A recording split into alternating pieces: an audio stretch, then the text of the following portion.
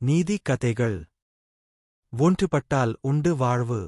ஒற்றுமை நீங்கில் அனைவருக்கும் தாழ்வு.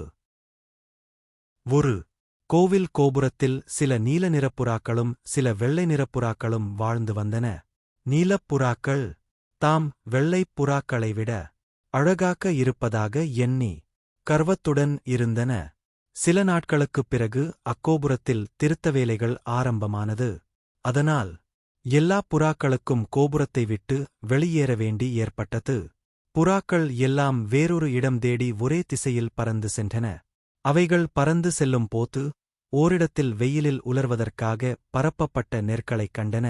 கண்டதும் அனைத்தும் ஒன்றாக அவ்விடத்திற்கு பறந்து சென்று காயப்போடப்பட்ட நெற்களை தின்று தீர்த்துவிட்டு அருகே இருந்த ஒரு பெரிய மரம் ஒன்றில் அமர்ந்தன.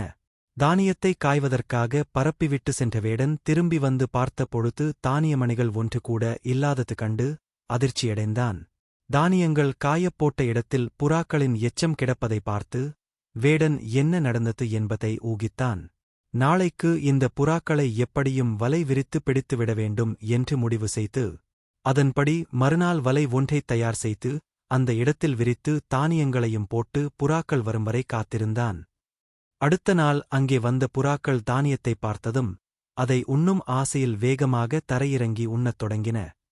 சில மணித்துளிகளில் அதன் கால்கள் வலைகளில் சிக்கிக் கொண்டன. சற்று தொலைவில் மறைந்திருந்த வேடன் நிலைமையை நன்கு புரிந்து கொண்டு புறாக்களைப் பிடிக்க ஓடி வந்தான். வேடன் வருவதைப் பார்த்த புறாக்கள் ஆபத்தை உணர்ந்து கொண்டு உயிர் மீதுள்ள ஆசையினால் எல்லா புறாக்களும் ஒன்றாக இறக்கையை விரித்து பறக்க ஆரம்பித்தது. வலையையும் புறாக்கள் தூக்கிக் கொண்டு உயரப் பறந்து சென்றன.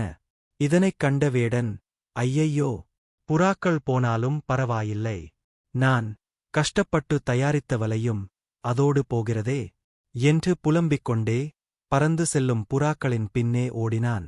பறந்து செல்லும்போதே அதில் இருந்த நீலப்புறாக்கள் கர்வத்தோடு, எங்களது வலிமையால்தான் நீங்களும் காப்பாற்றப்பட்டு இருக்கிறீர்கள், நாங்கள் சிறகை மிக வேகமாக அடித்து பறக்கவில்லை என்றால் அவ்வளவுதான் என்று கூறின.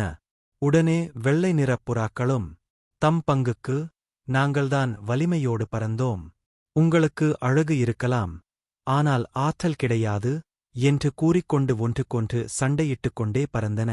வீண் கர்வத்தினால் சண்டையிட்டுக் கொண்டு பறந்ததினால் அவற்றின் பறக்கும் வேகம் குறைய ஆரம்பித்தது. அதனால் அவை ஒரு மரக்கிளையில் வலையுடன் சிக்கிக் கொண்டது. இதனைப் பார்த்த வேடனுக்கு மகிழ்ச்சி ஏற்பட்டது. ஒன்றுபட்டால் உண்டு வாழ்வு என்ற பழமொழிக்கேற்ப இப்புறாக்கள் தப்பிவிடுமோ என்று பயந்தேன். நல்லவேளையாக அவற்றின் ஒற்றுமை நீங்கியதால் அனைவருக்கும் தாழ்வு என்ற நெறிப்படி பறந்த புறாக்களே, நன்றி என்று புறாக்களைப் பார்த்து கூறிக்கொண்டே அவைகளைப் பிடித்து தனது கூடைக்குள் போடத் தொடங்கினான்.